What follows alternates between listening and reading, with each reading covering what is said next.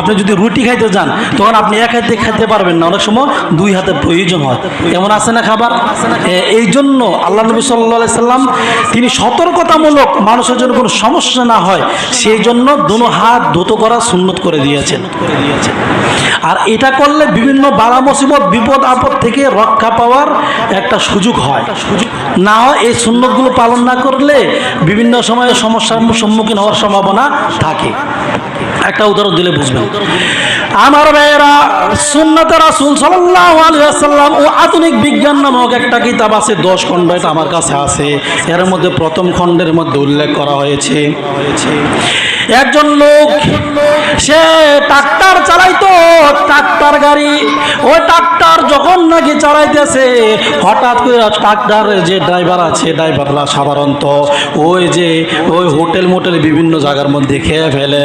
ও ট্রাক্টরের মধ্যে আরো যারা ছিল তারা সকলে মিলা হোটেলের মধ্যে খাবার খাইতে গিয়েছে। যখন নাকি তারা খাবার খাইতে গেছে, খাবার খাইতে যাইয়া একটা লোক গাড়ির ড্রাইভার, ওই যে ট্রাক গাড়ির ড্রাইভার, ওই ট্রাক গাড়ির ড্রাইভার খাবার খাইতে যখন বসছে, কয়েক লোকমা খাবার খাওয়ার পরে অজ্ঞান হয়ে জমিনের মধ্যে পড়ে গেছে।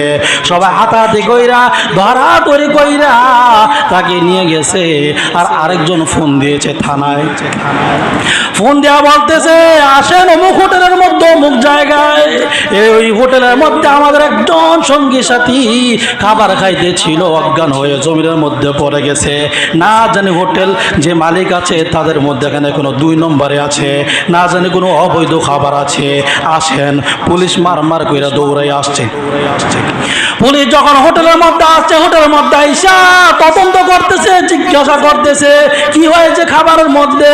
ও ভাই, যখন নাকি খোঁজ খবর নিতেছে, আর ওই যে ম্যানেজার ছিল, ম্যানেজার বলতেছে, দেখেন স্যার, এই যে তারা খাইতে ছিল, এর আগে অনেক মানুষ খাইছে, এরপরে ওই সময় খাওয়া অবস্থায় ছিল, অন্য অন্য মানুষদের কারো কোনো ক্ষতি হয় নাই, আর এই লোকটারই ক্ষতি হয়েছে।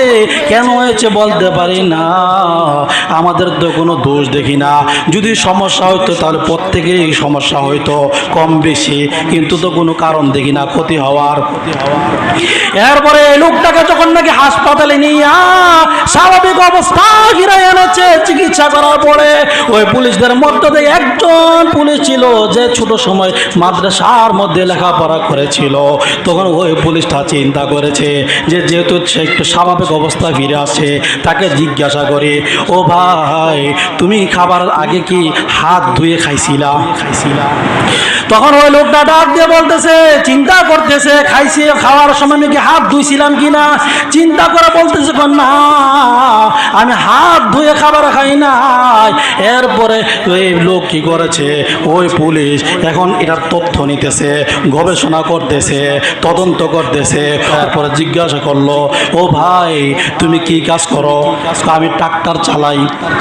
আচ্ছা, কোনটা? তখন দেখা যায় ওই যে ট্রাক্টরটা। আচ্ছা আচ্ছা, তুমি কি আজকে কোনো গাড়ির কোনো কাজকর্ম করেছিলা?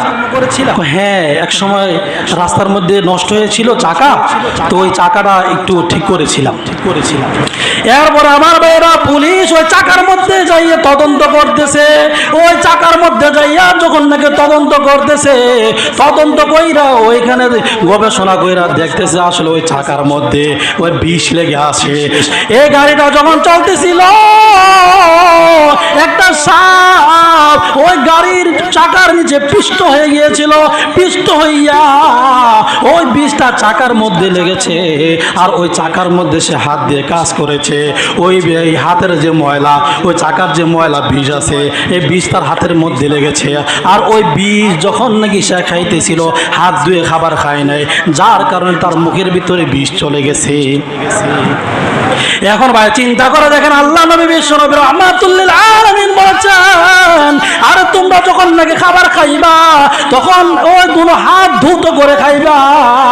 ওই লোকটা যদি আল্লাহ নবী সাল্লাল্লাহু আলাইহি সাল্লামের সুন্নত মাইনা হাত ধুইয়া খাবার খাইতো তাহলে সমস্যার সম্ভাবনা ছিল না।